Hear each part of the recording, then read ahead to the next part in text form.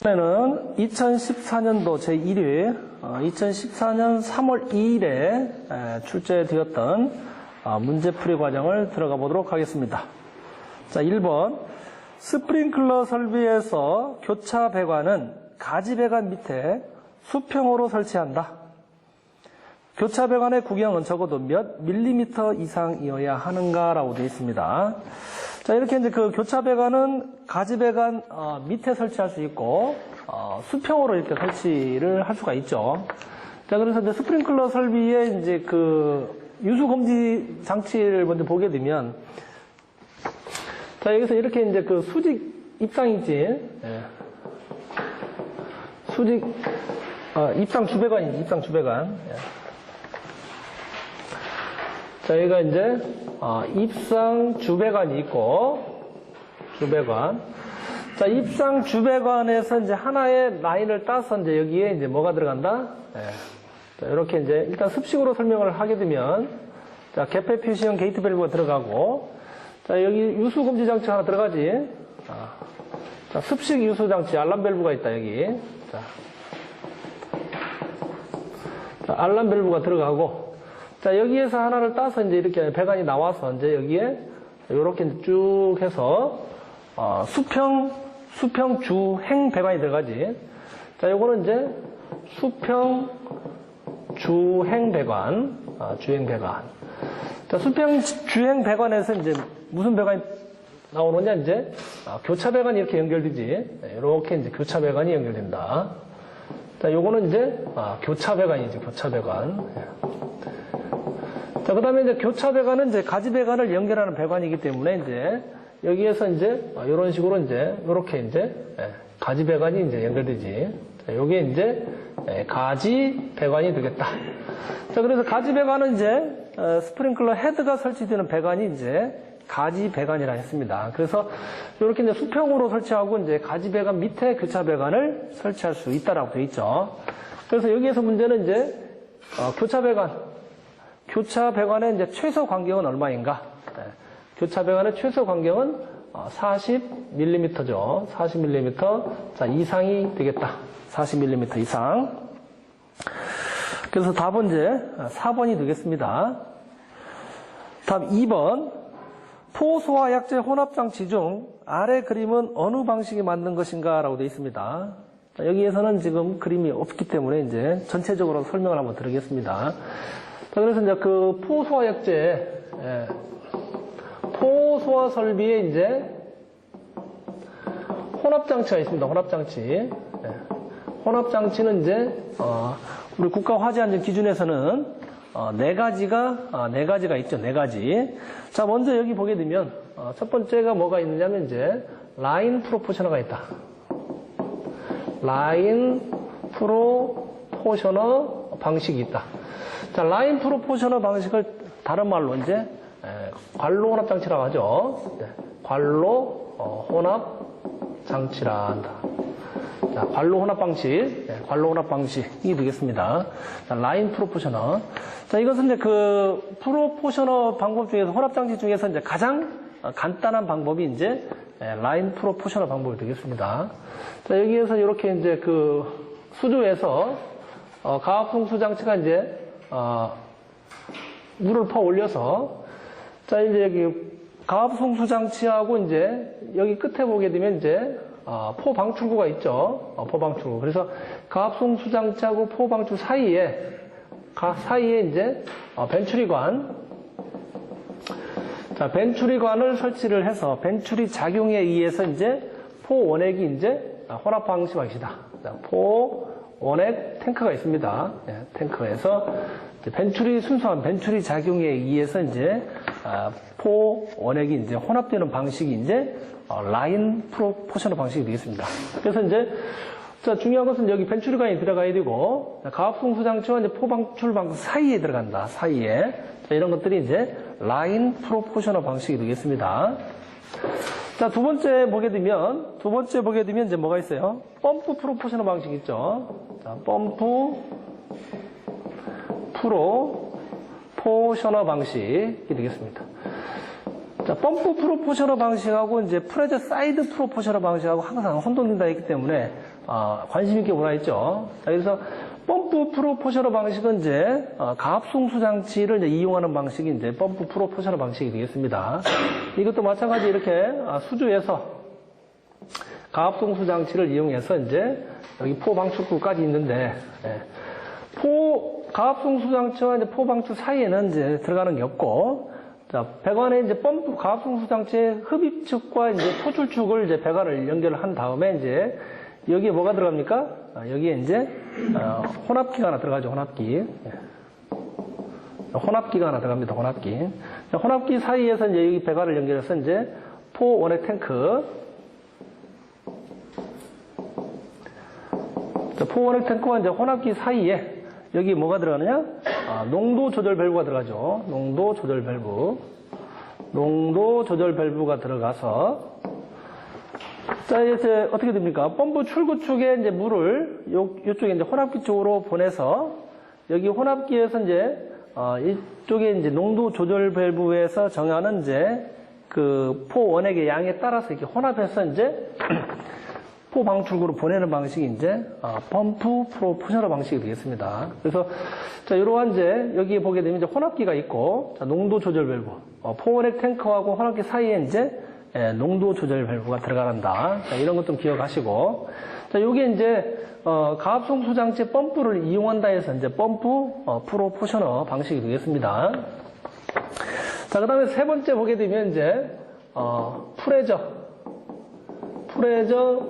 프로포셔널 방식이 되겠습니다. 자, 프레저 프로포셔널 방식은 이제 다른 말로 하게 되면 이제 차압 혼합 방식이죠. 차압 혼합 방식이 되겠다. 차압 혼합 방식. 자, 프레저 프로포셔널 방식에는 이제 두 가지가 있습니다. 두 가지. 압송 방식하고 이제 압입식이 있는데, 우리가 일반적으로 이제 압송식을 많이 쓰죠. 그래서 압송식에는 그 다이어프램이 들어가죠. 다이어프램 들어갑니다. 이거를 다른 말로 뭐 경막, 블레이더, 뭐 이런 거 이렇게 표시를 하죠. 그래서 다이어프램이 들어가 있는 방식은 이제 압송 방식이고, 포 원액 탱크에 다이어프램이 들어가 있는 방식은 이제 압송 방식이고, 그 다음에 이제 압입 방식은 이제 다이어프램이 즉 뭐 경막이 이제 없는 방식이 이제 압입 방식이다. 두 가지가 있습니다. 우리는 이제 압송 방식을 설명을 하게 되면, 자, 이것도 마찬가지 이렇게 수조에서 가압송수 장치를 이용을 하고 이제 여기 이제 포 방출구가 끝에 보면 포 방출구가 있는데, 포 방출구 가압송수 장치와 포 방출 사이에 여기도 마찬가지 혼합기 들어가는데, 자, 여기도 혼합기인데 뭐 다른 말로 이제 벤추리관입니다. 자, 이렇게 이제 벤추리관의 역할과 여기에 다시 이제 뭐가 들어가느냐? 포 원액 탱크가 들어가지. 포 원액 탱크가 들어간다. 그래서 포 원액 탱크에 자, 이렇게 다이어프램 여기에 하나 이제 이런 식으로 이제 다이어프램이 들어가 있다. 자, 다이어프램, 또 다른 말로 이제 경막, 블레이드 이렇게 표시합니다. 그래서 여기 다이어프램 밑에다가 이제 밑에 쪽에다가 이제 이렇게 이제 배관을 연결해서 벤추리 작용의 차압에 의한 벤추리 작용과 펌프에서 밀어주는 압력으로 이제 포 원액이 이렇게 혼합되도록 한 방식이 이제 프레저 프로포셔널 방식이 되겠습니다. 이게 이제 라인 프로포셔널 방식보다는 이제 아무래도 펌프의 압력으로 이렇게 밀어주다 보니까 더 잘 혼합이 되겠죠. 이게 바로 이제 프레저 프로포셔널 방식이 되겠습니다. 그래서 여기 다이어프램이 있는 방식은 이제 압송 방식이다. 지금 압송 방식을 설명했습니다. 자, 다이어프램이 없는 방식은 압입식이다. 이렇게 두 가지만 있다 정도로 보시면 되겠습니다. 자, 그 다음에 네 번째, 이제 마지막에 이제 프레저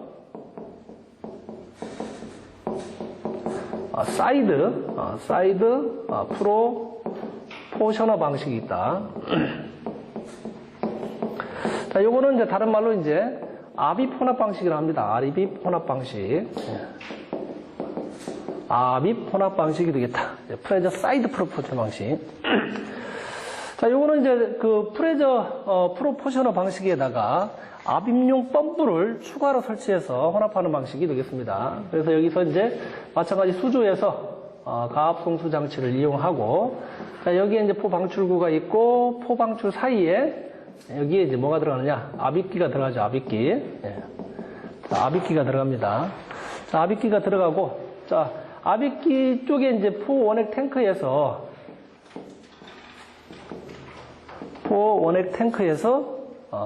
별도의 이제 압입용 펌프로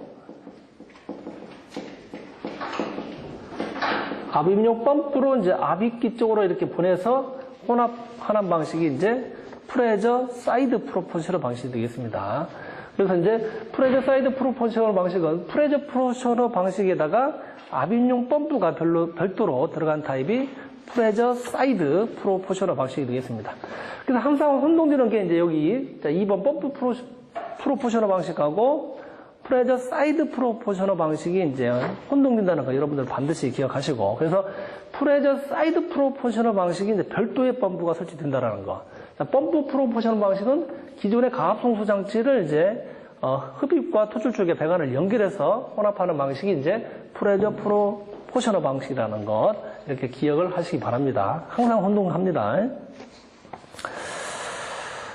자, 그 다음에 3번 보도록 하겠습니다. 자, 제연 설비의 배출 풍도에 사용되는 강판은 두께가 몇 밀리미터 사용할 수 있는가라고 되어 있습니다. 자, 제연 설비의 이제 배출 풍도라는 것은 쉽게 얘기하게 되면 이제 덕트라고 보시면 됩니다. 덕트.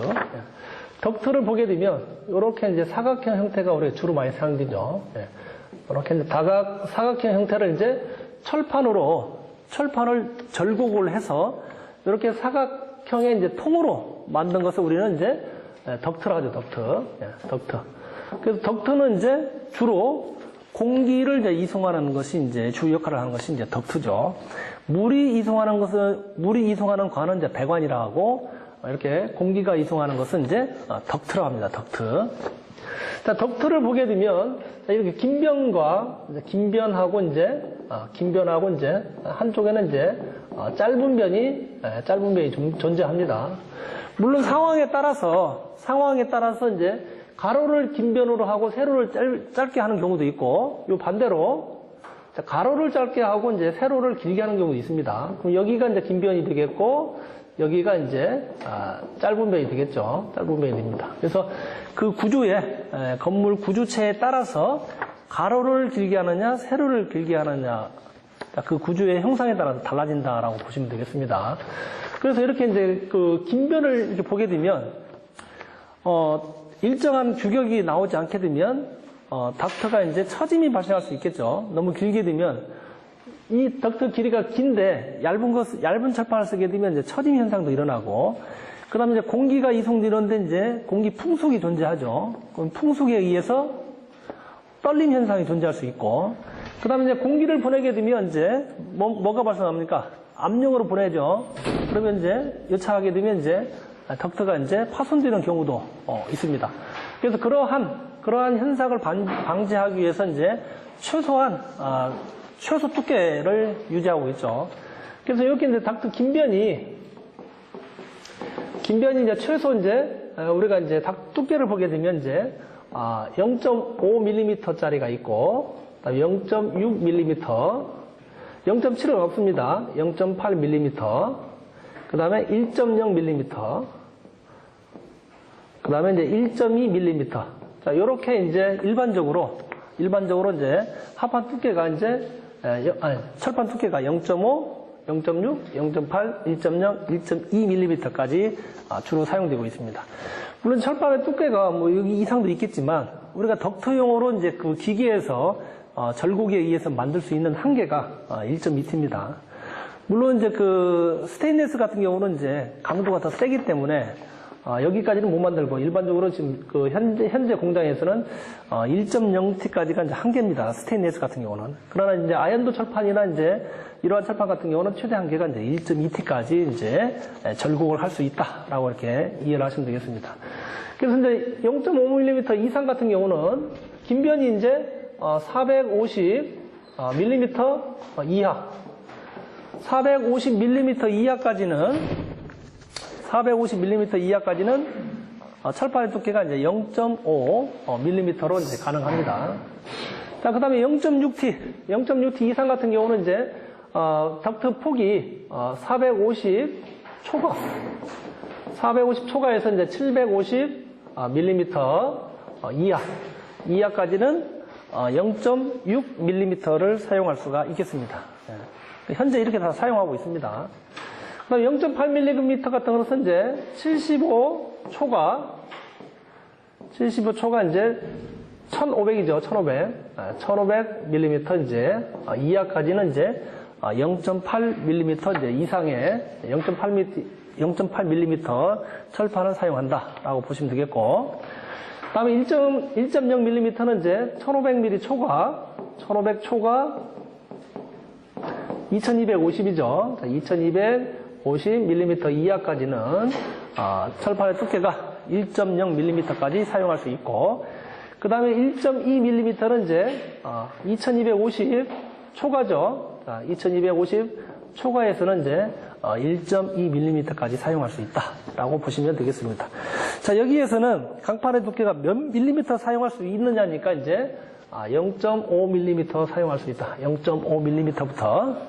그래서 답은 이제 2번이 되겠습니다. 2번.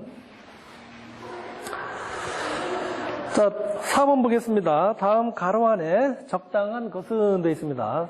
4번. 자, 바닥 면적이 60 스퀘어미터이고 차고 또는 주차장에 물분무 소화 설비를 이제 설치하려고 합니다.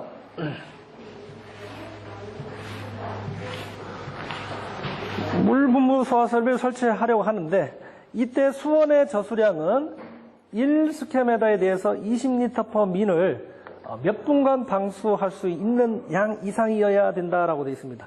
자, 여기에서는 이제 물분무 소화 설비지.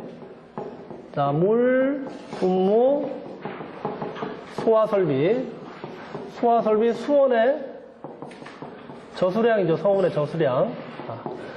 물분무 소화 설비의 수원의 저수량은 이제 5개 우리가 기준에 국가 화재안전 기준에 이제 5개까지 기준이 돼 있죠. 그 가장 먼저 뭐가 있어요? 가장 먼저 이제 첫 번째 보게 되면 특수가연물이죠. 특수가연물을 이제 취급하는 장소. 자, 여기는 이제 바닥 면적당 얼마입니까? 10m/min을 바닥 면적당 몇 분? 20분이죠. 20분. 자, 그래서 20분간을 방사할 수 있는 양을 저장하게끔 되어 있죠. 자, 여기 이제 여기 면적은 뭡니까? 특수가연물 저장 취급하는 이제 바닥 면적이 되겠다. 바닥 면적. 그래서 바닥 면적 1제곱미터당 10L/min 이상을 10분간 이제 20분간 이제 방사할 수 있는 양을 수원의 저수량으로 봐야 된다라는 것이죠. 자, 그런데 여기는 조건이 있죠.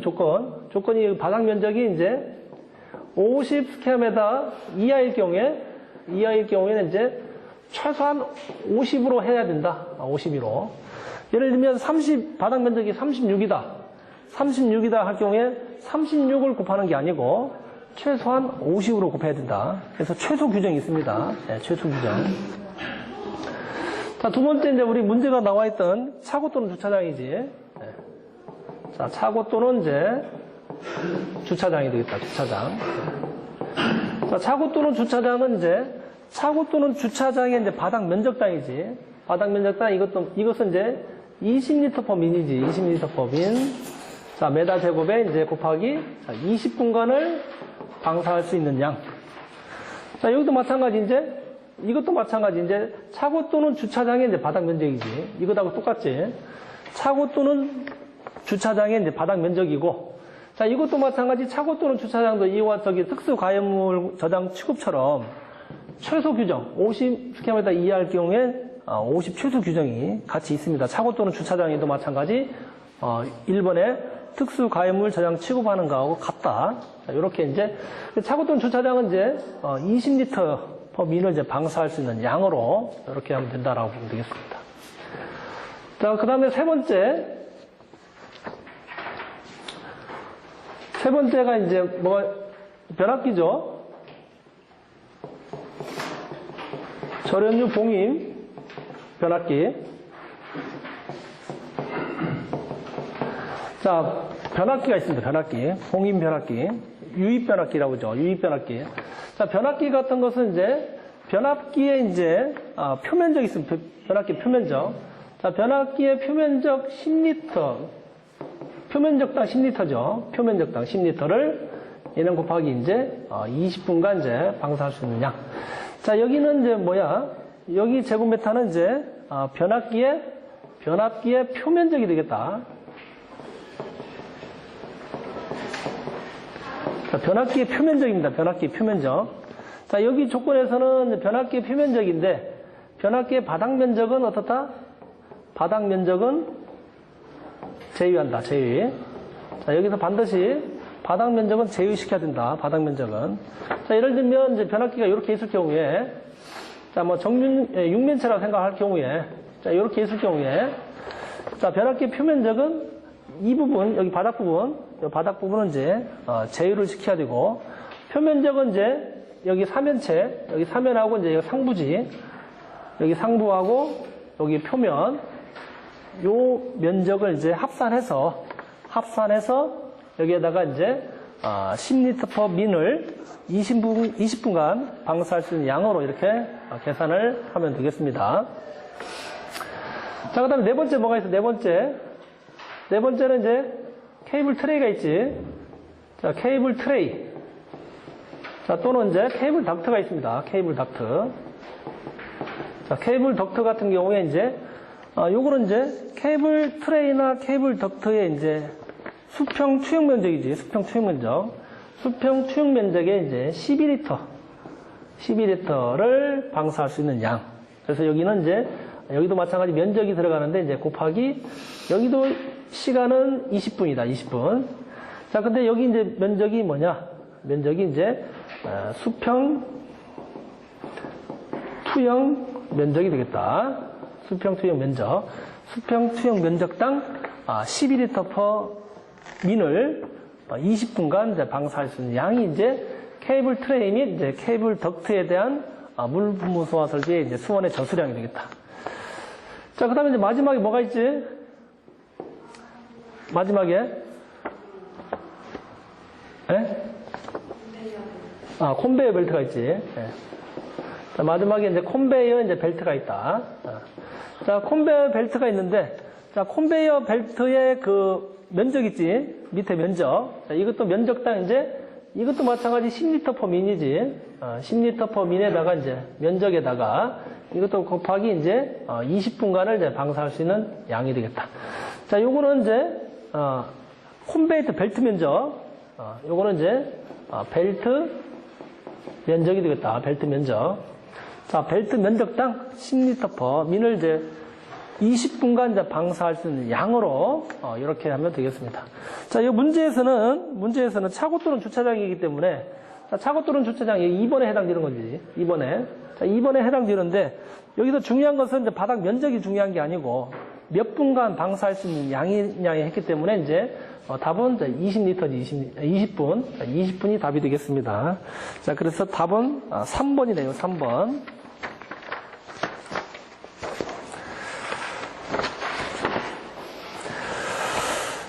자, 그 다음에 5번 보도록 하겠습니다. 자, 상수도 소화용수 설치 시 소방 대상물의 소화전 설치 기준에 맞는 것은 되어 있습니다. 자, 이제 여기서는 6번에서는 상수도 소화 설비. 자, 상수도 소화 설비하고 우리가 소화전에 길거리에 가다 보면 공용 소화전이 있습니다. 공용 소화전. 그래서 이제 공용 소화전하고 이제 상수도 소화전하고는 그 개념은 이제 사용 용도는 똑같은데 관리 주체가 어디냐에 따라 달라지지. 근데 공용 소화전 같은 경우는 이제 뭐 나라에서 책임을 져야 되지만 이렇게 이제 상수도 소화전 같은 경우는 이제 그 건물의 필요로 해서 이제 만드는 거기 때문에 수도 요금을 누가 내야 되냐? 그 설치한 주체가 내야 되지. 설치한 주체가 이렇게 내게 되어 있습니다. 그래서 이러한 상수도 소화 용수 설비 같은 것은 소화 설비 용수가 아니지. 상수도 소화 설비 같은 것은 소화 용수 설비는 아닙니다. 그래서 이제 소방대원들이 불을 진압을 하는데 물이 이제 부족하잖아요. 물이 부족할 경우에 이제 물을 계속 공급받을 수 있는 게 뭐야? 상수도죠. 그래서 이제 그 상수도에서 물을 다시 채워서 다시 계속적으로 이제 소화 활동을 할 수 있는 소화 활동 설비가 이제 어떻게 보면 소화 용수 설비가 되겠습니다. 자, 여기서는 이제 상수도 소화 용수 설치 시 소화전 설치 기준이죠. 소화전 설치 기준. 자, 소화전은 설치 기준인데 자, 수평 투영 면적에 해당되느냐, 면에 해당되느냐를 묻는 겁니다. 자, 예를 들면 여기에 소화전이 이렇게 하나 있습니다. 소화전이 상수도 소화전이 이렇게 하나 있고, 자, 예를 들면 건물이 이렇게 경사가 이렇게 지어 있어요. 건물이 경사가 지어 있고, 자, 여기에 이제 털을 닦아서 이제 건물이 예를 들면 자, 이렇게 돼 있다라고 봤을 경우에, 자, 건물이 이렇게 돼 있을 수 있겠죠. 네. 근데 우리가 여기서 이제 중요하게 얘기하는 것은 이제, 자, 여기서부터 여기까지를 이제 140m 이내에 이제 뭘 설치해야 됩니까? 140m 이내에다가 이제 설치를 해야 되는데, 기준은 여기 소화전에서부터 여기 건물까지는 이제 140m 이내에 설치를 해야 되는데, 자, 그럼 140m를 자, 어느 여기서부터 기준을 해서 자, 여기 가장 먼데 예를 들면 여기다. 자, 요게 140m인가? 우리 원리 원칙상으로 하게 되면 소화전 같은 경우는 이렇게 하겠지만 이 상수도 소화전의 용도가 물을 채우는 용도죠. 그렇기 때문에 이제 이렇게 이제 건물 끝에서 140m를 얘기하는 거야. 아니고, 그 다음에 여기서 기준했을 때, 그럼 바닥이냐?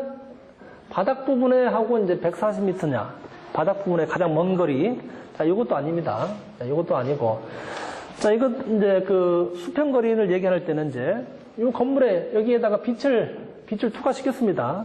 빛을 투과시켜서 이제 여기에 바닥편에 이 수평으로 연결해서 여기에 그러면 이렇게 면적이 수평 투영 면적이 생기겠죠. 수평 투영 면적이 생겨서 수평 투영면에 이제 가장 먼 자, 요쪽하고 이제 이렇게 되겠죠. 이제 여기까지 거리가 이제 140m가 이내가 될 때 이렇게 되죠. 이거를 이제 수평 투영면에 140m 이내가 되겠습니다. 자, 혼동하는데 이제 수평 투영 면적이 아닙니다. 수평 투영 면적이 아니고, 자, 이렇게 빛을 발하게 되면 여기 면적이 생기는데, 그러면 수평 투영 면적이 생기죠. 이렇게. 자, 면적이 생기는데 면적으로 기준하는 게 아니고 수평 투영면, 그래서 가장 거리가 먼 면적이 아니고 수평 투영면이라는 거 잘 기억을 하시기 바랍니다. 우리가 일반적으로 이렇게 개념을 보게 되면 이렇게 이제 그 제대로 안 보게 되면 수평 투영 면적으로 이렇게 이해하기 쉬운데 수평 투영 면적이 아니고 수평 투영면이다. 그래서 이 건물의 수평 투영면에서 가장 먼 쪽에다가 이제 140m 이내가 되어야 된다라는 거 기억을 하시기 바랍니다. 자, 그래서 여기 1번을 보게 되면 수평 투영 반경 각 부분부터 140m가 아니고, 자, 2번을 보게 되면 수평 투영면의 각 부분으로부터 140m 이내가 된다. 자, 2번이 답이지. 자, 3번을 보게 되면 그 면적이 들어갔기 때문에 면적이 틀린다. 자, 어느 책에 보게 되면 수평 투영 면적으로 이런 부분들이 해설이 달려 있어. 근데 그게 면적이 아닙니다. 면입니다. 그리고 국가 화재 안전 기준에도 수평 투영 면으로부터 140m 이내라고 반드시 이렇게 표시가 되어 있습니다. 자, 2번하고 3번하고 헷갈리는데 혼동하지 마시고. 자, 6번 보도록 하겠습니다. 자, 습식 스프링클러 설비 구성 요소가 아닌 것은 되어 있습니다. 자, 습식 스프링클러 설비를 보게 되면 이제 가장 먼저 뭐가 있어요? 가장 먼저 이제 수원이 있지, 수원. 자, 여기 이제 수원이 있고, 수원이 있습니다. 수원을 통해서 배관이 있겠지, 그러면. 배관이 있고, 여기 뭐가 있어, 이제? 가압 송수장치가 있지. 자, 가압 송수장치가 있고. 자, 가압 송수장치를 통해서 이제 뭐가 있어? 여기에 이제, 습식으로 하게 되면 이제, 여기 유수검지장치. 자, 유수검지장치. 우리가 여기서는 이제 습식이기 때문에. 자, 유수검지장치가 뭐야? 이제 알람 밸브가 되겠지. 자, 알람 밸브가 되겠고. 자, 이 배관을 통해서 이제, 교차 배관 생기고 이제 가지 배관 생기겠지. 그래서 이제 교차 배관이 있고 여기 이제 가지배관이 있다. 가지배관이 있고. 그 다음 여기 이제 헤드가 이렇게 연결되겠지. 이렇게 보면 이제 헤드가 있다. 자, 이런 식으로 이렇게 가압송수 장치가 연결됩니다. 자, 여기서 지문에서는 습식 스프링클러 설비인데 첫 번째 유수검지 장치. 자, 여기 유수검지 장치가 있지. 자, 있고. 그 다음에 이제 압력 스위치가 있습니다. 압력 스위치. 자, 압력 스위치 같은 것은 이제 여기를 보게 되면 뭐가 있습니까? 자, 요렇게 이제 압력 탱크가 있지. 압력 탱크가 있습니다. 투도용 기동용 수압 개폐 장치죠. 그 다음에 여기 보게 되면 이제 이렇게 이제 압력 스위치가 있다. 압력 스위치. 자, 압력 스위치는 여기 압력 탱크에도 있고 압력을 받아서 수압을 받아서 압력을 측정하는 장치가 압력 스위치입니다. 그래서 그 세팅 압력에 따라서 이제 접점을 붙였다 떨어졌다 하는 역할을 하는 것이 이제 압력 스위치죠. 마찬가지 여기 유수 검지 장치도 마찬가지 압력 스위치가 있죠. 그래서 압력 스위치 접점이 유수가 흐르게 되면 접점을 붙여서 경보를 발하는 역할을 하는 것이 유수 검지 장치지. 그래서 압력 스위치 같은 게 있고. 자, 여기 엑셀레이터. 자, 정확한 것은 엑셀레이터가 아니고 엑셀러레이터지. 엑셀러레이터. 자, 엑셀러레이터는 뭐 차를 타고 다니는 사람 다 알죠. 가속 페달. 오른쪽으로 밟는 그 차에 페달 있죠. 그게 바로 이제 엑셀러레이터죠. 그게 바로 뭡니까? 가속 장치죠. 가속 장치. 자, 이것도 마찬가지. 이거는 이제 엑셀러레이터는 건식 밸브에 있습니다. 건식 밸브. 건식 밸브에. 자, 건식 밸브를 대략적으로 구조를 간단하게 보게 되면 이렇게 설명할 수 있지. 이렇게 있고 간단하게 그리겠습니다. 자, 여기 보게 되면 이제 이렇게 이제 플래터가 있죠. 플래터. 클래퍼. 네, 클래퍼가 있고. 자, 여기에 이제 물이 이제 유입수가 이제 약간 차 있죠. 이제 물의 압력으로 이렇게 밸브를 이제 차단하게끔 되어 있다. 자, 그런데 이제 요게 2차 측에는 이제 건식 밸브 같은 경우는 이제 압축 공기가 들어가 있어. 자, 2차 측에는 압축 공기가 들어가 있는데 요 엑셀러레이터는 요 압축 공기가 이제 헤드가 개방이 되게 되면 이제 유수가 이렇게 흘러가겠지. 헤드가 개방이 되면 유수가 이렇게 흘러가는데 압축 공기가 있기 때문에 요 클래퍼가 잘 열리지 않을 수가 있습니다. 잘 열리지 않는다. 그래서 여기 이제 배관을 이제 건식 밸브에 보게 되면 여기에 이제 엑셀러레이터가 여기에 설치되어 있다. 여기 설치되어 있고. 자, 요게 이제 2차 측이 엑셀레이터 나온 그 압축 공기가 어디에 연결되느냐면 여기 클래퍼 밑에 쪽에다 이렇게 연결된다. 클래퍼 밑에다가. 자, 그렇게 되면 이제 이렇게 이제 밸브가 개방이 되게 되면 여기 압력 차에 의해서 이제 압축 공기가 어디로 가느냐면 이렇게 해서 건식 밸브 중간 챔버로 들어가서 요 압력으로 요 클래퍼를 이렇게 밀어주는 역할을 하는 것이 이제 뭡니까? 엑셀러레이터가 되겠다. 엑셀러레이터.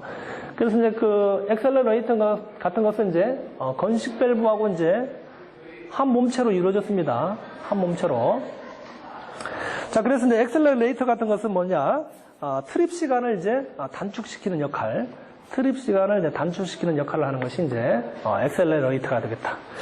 자, 그 다음에 이제 건식 밸브에는 하나 더 있습니다. 하나 더. 엑셀러레이터 말고, 자, 익조스터가 있다. 익조스터. 자, 익조스터가 있다. 익조스터. 자, 익조스터 같은 것은 이제 이송 시간을 이제 단축시키는 역할을 하는데, 자, 익조스터 같은 것은 여기 이제 건식 밸브에 부착되어 있는 게 아니고, 배관상에 수평 주행 배관의 말단이라든지 입상 배관에 설치해서 자, 이게 물이 가게 되면 배관 안에 압축 공기가 있잖아. 압축 공기가 건식이기 때문에. 그러면 압축 공기를 빨리 밖으로 빼줘야 된다. 그래야만이 가압수가 가서 실제적으로 소화 활동을 하겠죠. 그래서 이건 익조스터 같은 것은 이제 2차 측에 있는 압축 공기를 이제 빨리 빼주는 역할을 한다. 빨리 배출한다고 하시면 되겠지. 빨리 이제 배출하는 장치 역할을 하는 것이 이제 익조 수터가 되겠다. 익조 수터. 그래서 이제 익조 수터는 이제 이동 시간을 이제 단축시키는 거지. 자, 이동 시간을 단축시킨다. 자, 이동 시간이라는 것은 이렇게 건식 밸브에 가압수가 있는데 가압수에서 헤드까지 여기 건식 밸브에서 가압수가 헤드까지 물이 이동되는 시간을 이동 시간이라 해. 그래서 이제 이렇게 이제 익조 수터가 하는 역할은 이제 압축 공기를 이제 빨리 배출을 시켜서 가압수가 헤드 쪽으로 빨리 갈 수 있게끔 하는 역할을 하는 것이 이제 익조 수터가 되겠다. 익조 수터. 그래서 요거 두 개를 이제 우리는 퀵 오프닝 디바이스라 해서 긴급 개방 장치라 해. 그래서 이제 이런 것도 시험에 나와. 건식 밸브에서 긴급 개방 장치에 속하지 않는 것은 해가지고 이렇게 나올 수가 있습니다. 그래서 긴급 개방 장치가 이제 엑셀러레이터하고 이제 익조 수터 두 개가 있다. 이렇게 기억을 하면 되겠습니다. 자, 그 다음에 이제 4번에 이제 리타팅 챔버가 있습니다. 리타링 챔버가 있는데, 자, 요거는 과거에는 이제 리타팅 챔버를 많이 썼어요. 자, 과거에는 자, 이것도 마찬가지 습식 유수 검지 장치에 사용하는 것은 맞는데 지금은 이제 거의 사용하지 않고 있다. 근데 과거 같은 경우는 리타팅 챔버의 구조를 보게 되면 간단하게 보게 되면 이렇습니다. 자, 이쪽에 보게 되면 이제 자동 배수 장치가 되어 있어. 자동 배수 밸브가 되어 있고, 자, 여기 입구 쪽에는 이제 압력계가 이렇게 있습니다. 압력 프레셔 스위치, 압력계. 그 다음에 이제 여기 이제 물이 이제 들어오겠지. 여기 이제 그 유수검지 장치에 클래퍼가 개방이 되게 되면 물이 이쪽으로 가서 요게 서서히 채워지면서 여기에 이제 압력 스위치에 이제 접점을 붙여서 경부를 발하는 역할을 하는 것이 이제 리타딩 챔버가 되겠습니다. 근데 평상시 때 여기 유수검지 장치, 예를 들면 건식 밸브로 얘기하게 되면 요 밸브가 약간 개방이 되게 되면 물이 이쪽으로 조금씩 넘어갈 수 있어. 조금씩 넘어갈 때는 이제 여기에 보게 되면 자동 배수 밸브가 있기 때문에 물이 조금씩 넘어갈 때는 이쪽으로 자동적으로 배수를 시켜서 여기에 압력 스위치 접점을 안 붙인다. 접점을. 그러나 이제 클래퍼가 개방이 되게 되면 이제 물이 일정량 이상이 가기 때문에 여기 빠지는 양보다 이쪽으로 물이 빠지는 양보다 물이 채워지는 양이 많기 때문에 이렇게 리타딩 챔버 안에 이제 물을 채워서 압력 스위치에 접점을 붙여서 경부를 발하는 역할을 하는 것이 이제 리타딩 챔버가 되겠습니다. 그러나 지금 이렇게 리타딩 챔버를 쓰지 않고 바로 이 프레셔 스위치, 압력 스위치를 쓰고 시간 지연을 해놨습니다. 시간 지연. 그래서 일정 시간 후에 계속 그 압력이 형성되게 되면 접점을 붙이고 있기 때문에 계속 이제 경보를 받을 수 있겠죠. 근데 과거에는 이러한 리타딩 챔버가 설치됐었는데 지금은 설치하지 않고 있다. 자, 그래서 이건 이제 습식 스프링클러 설비 중에서 아닌 것은 이제 엑셀러레이터가 이제 건식 스프링클러 설비에 들어간 것이 이제 엑셀러레이터가 되겠다. 다음 7번. 자, 오기 소화전 설비의 유량 측정 장치는 펌프 전격 토출량의 몇 %까지 측정할 수 있어야 하는가 되어 있죠. 자, 이거는 이제 펌프의 성능 시험 배관을 좀 이제 알아야 되는 부분이 되겠지.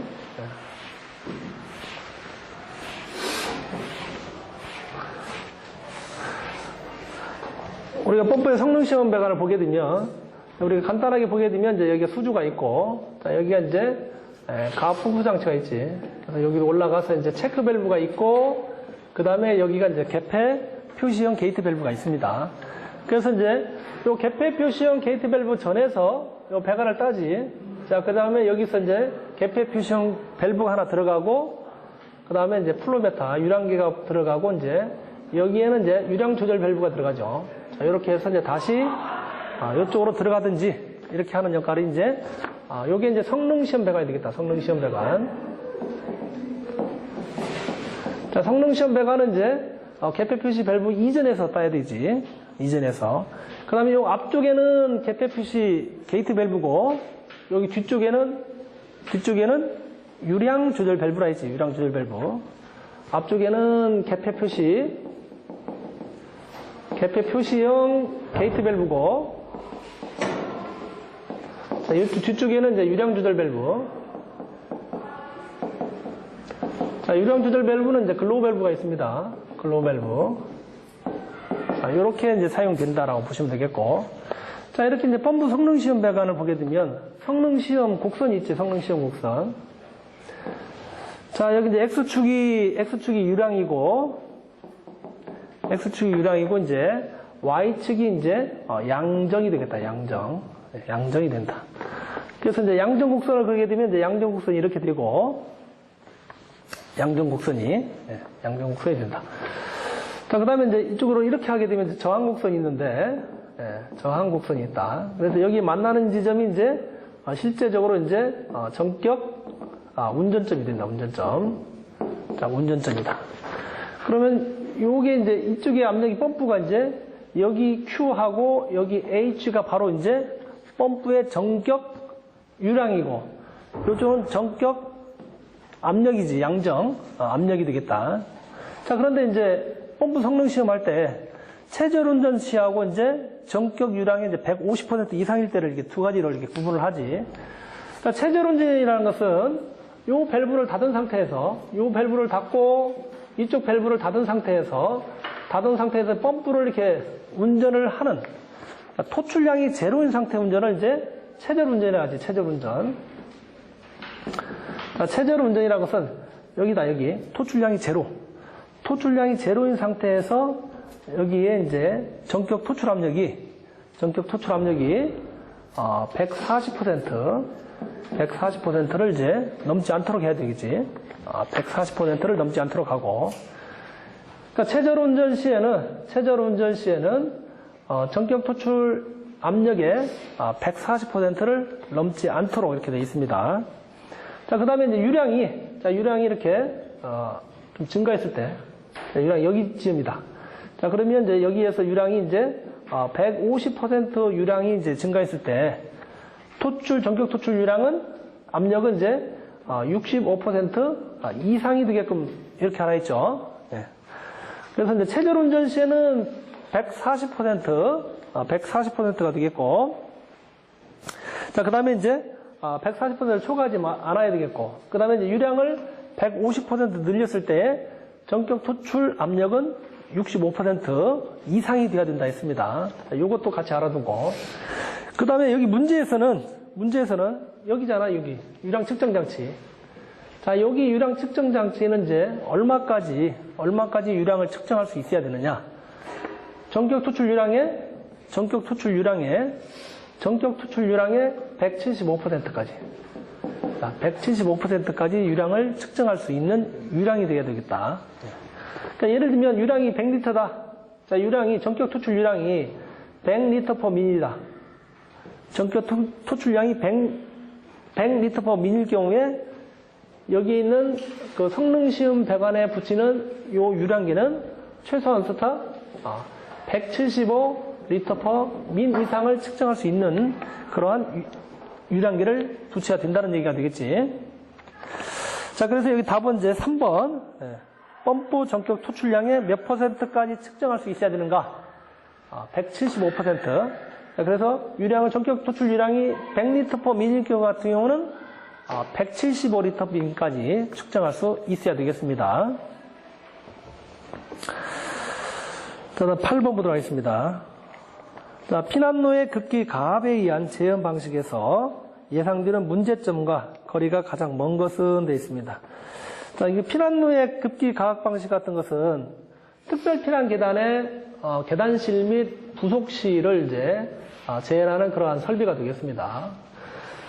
자, 우리가 이제 그 피난 계단을 이제 가압하는 방식이 있고, 그 다음에 이제 부속실을 가압하는 방식이 있고, 그 다음에 계단실과 부속실을 이제 동시에 가압하는 방식이 있고, 그 다음에 비상용 승강기 승강장을 이제 가압하는 방식. 우리가 이제 그 4가지가 있습니다. 4가지. 일단 우리 간략하게 이제 특별 피난 계단을 한번 그려보게 되면, 자, 이런 식이 이제 특별 피난 계단이라고 보시면 됩니다. 자, 여기가 이제 입구에 이제 부속실을 하고, 자, 여기가 이제 계단입니다. 계단. 자, 여기가 이제 특별 피난 계단. 특별 피난 계단이 있고, 자, 여기 이제 계단 들어가기 전에 하나의 조그만한 방이 있는데, 이거를 부속실, 또는 다른 말로 이제 또 전실이라고도 합니다. 전실. 예, 전실. 그래서 이제 피난 계단까지 가는데, 자, 여기가 이제 거실이고, 자, 문이 하나 있고, 다시 문을 하나 더 통과할 때.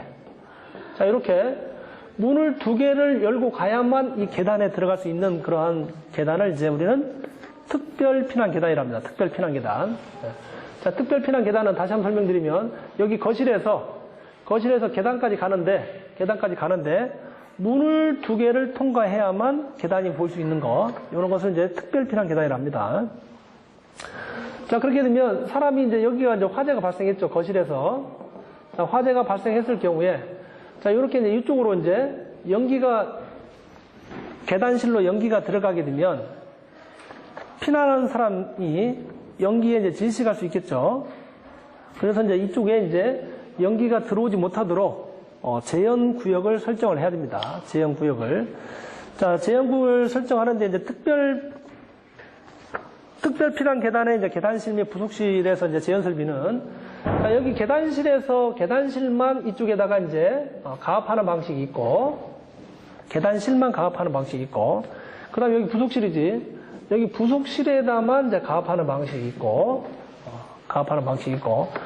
요 두 가지를 동시에 하는 방법도 있습니다.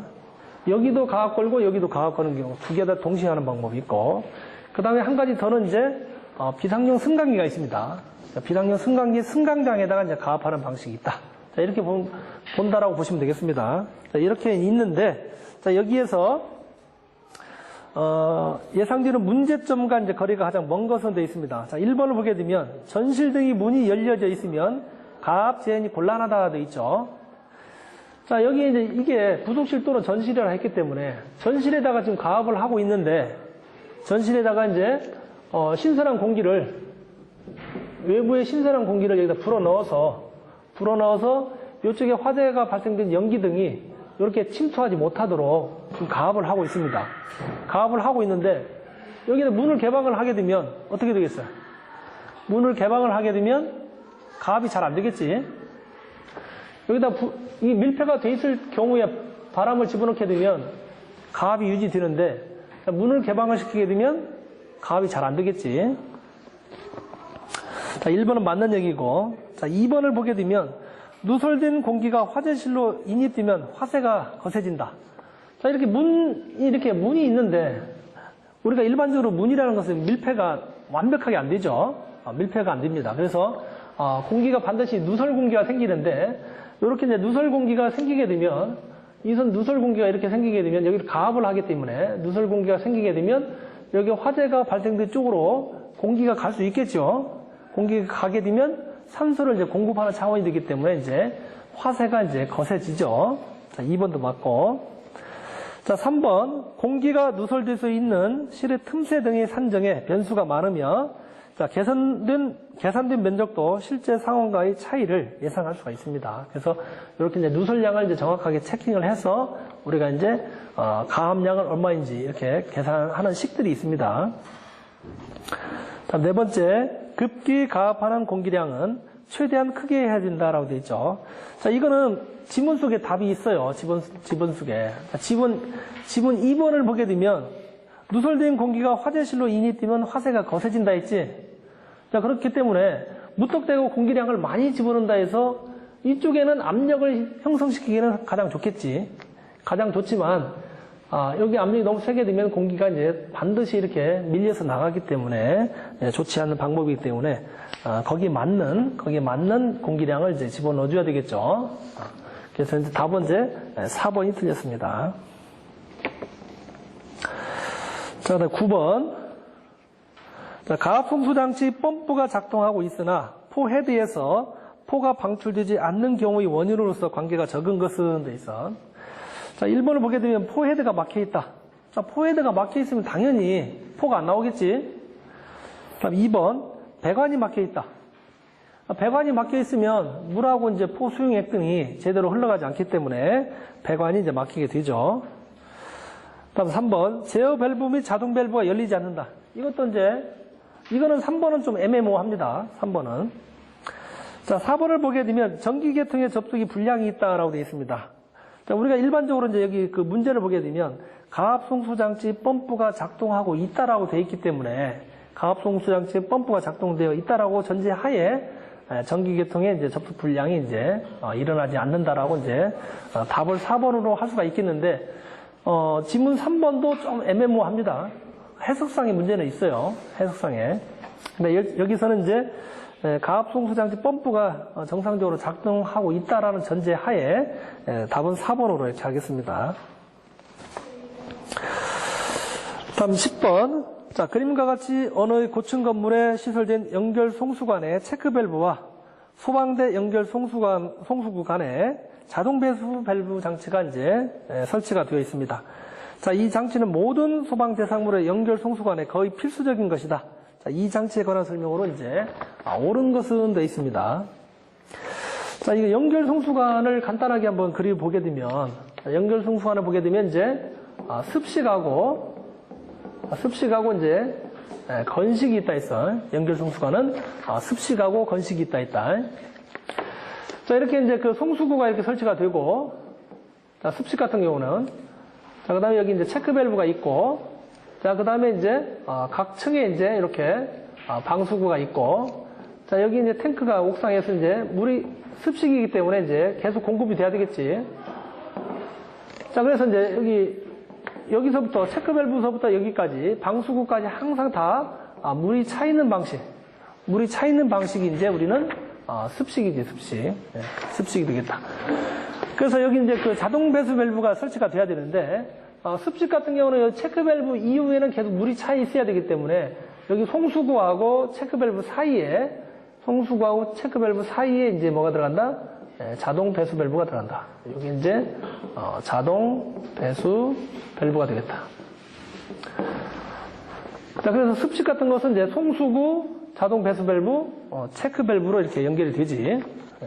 그 다음에 이제 건식 같은 경우는 이제 이렇게 송수구가 있고, 자, 여기도 마찬가지 체크 밸브가 있고, 자, 여기도 마찬가지 이렇게 이제 방수구가 이제 각 층마다 이렇게 설치가 되는데, 자, 그래서 건식 같은 경우는 여기 체크밸브에서 방수구까지 아무것도 이제 물이 없는, 차 있지 않는 방식이 이제 건식 연결 송수관 설비가 되겠다. 자, 건식이기 때문에 자, 여기 송수구에서 이제 차가 한번 물을 공급하게 되면 이제 이 배관 안에 물이 차 있죠. 그래서 물이 차게 되면 겨울철에 이제 동파 같은 것이 발생할 수 있기 때문에 반드시 이제 물을 빼주는 이러한 자동 배수 장치를 설치를 해야 됩니다. 자, 건식 같은 경우는 여기 송수구하고 체크밸브 사이에도 자동 배수 장치가 들어가고, 배수 밸브가 들어가고, 그 다음에 여기 체크밸브 2차 측에도 마찬가지, 이렇게 이제 자동 배수 밸브가 들어간다. 그래서 건식 같은 경우는 이제 순서가 송수구, 자동 배수 밸브, 체크밸브, 자동 배수 밸브, 이렇게 순서가 되겠습니다. 그래서 여기에 설치되는 이러한 자동 배수 밸브의 역할이 뭔가, 지금 문제죠.